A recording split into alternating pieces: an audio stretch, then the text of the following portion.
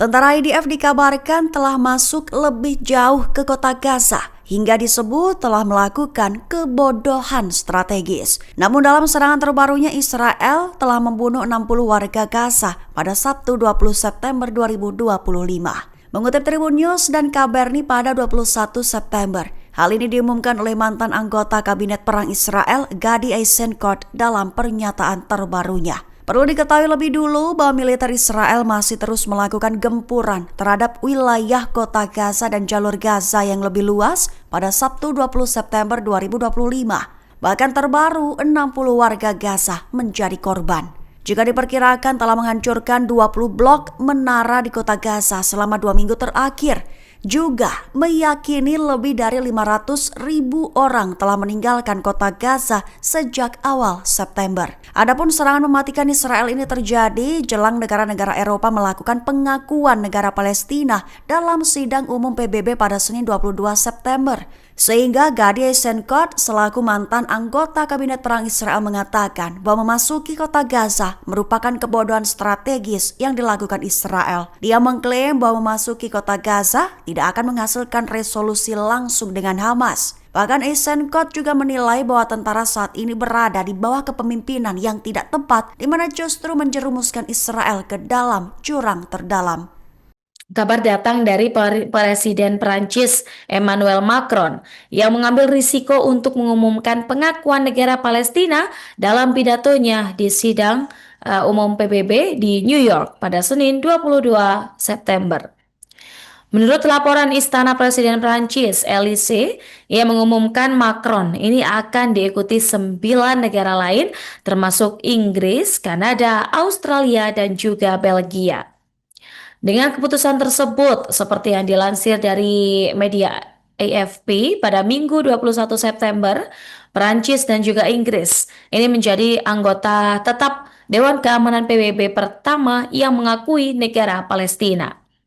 Sementara Kanada ini tercatat Tribuners sebagai anggota G7 pertama yang mengambil langkah serupa.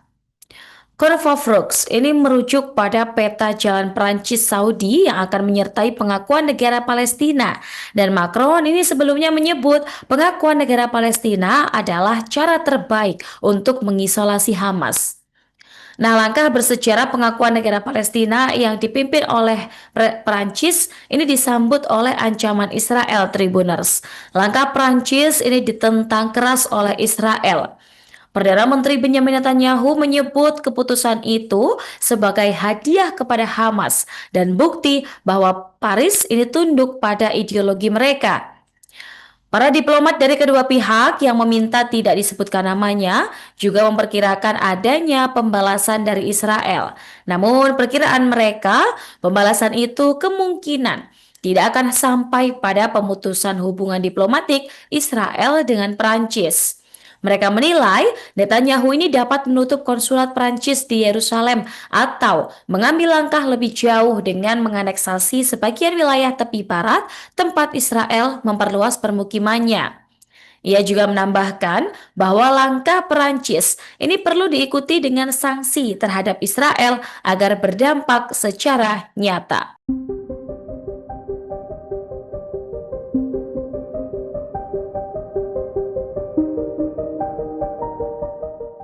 Britania Raya yakni Inggris, Kanada, dan Australia resmi mengakui Palestina pada Minggu 21 September 2025. Sementara diketahui mereka merupakan sekutu Israel yang kini justru berbalik arah. Perdana Menteri Inggris Keir Starmer buka suara terkait keputusan tersebut. Ia mengatakan langkah ini bertujuan untuk membangkitkan kembali perdamaian bagi rakyat Palestina dan Israel. Pengakuan ini menjadi momen bersejarah lantaran Inggris meletakkan dasar-dasar pendirian negara Israel. Kemudian Perdana Menteri Australia Anthony Albanese menegaskan keputusan negaranya merupakan bentuk pengakuan terhadap aspirasi sah dan lama rakyat Palestina. Menanggapi hal itu, Perdana Menteri Israel Benjamin Netanyahu mengaku kecewa lantaran sekutunya mengakui Palestina yang mengklaim pengakuan itu sebagai hadiah absurd untuk terorisme. Meski begitu, Netanyahu mengatakan langkah beberapa negara mengakui Palestina tidak akan berdampak. Netanyahu menegaskan tidak akan ada negara Palestina yang didirikan di sebelah barat Sungai Jordan. Bahkan ia menjamin operasi di wilayah tersebut justru akan semakin diperluas. Sementara itu, jajak pendapat menunjukkan bahwa ada keinginan kuat dari warga Israel agar perang di Gaza diakhiri. Di samping itu, dukungan terhadap pemerintahan koalisi Netanyahu semakin menurun. Hal itu terjadi sejak Netanyahu meminta warga Israel menerima bahwa negara mereka makin dikucilkan oleh masyarakat dunia. Bahkan puluhan ribu warga Israel yang menggelar aksi unjuk rasa agar pemerintah Israel mewujudkan kesepakatan yang bisa memulangkan para sandera.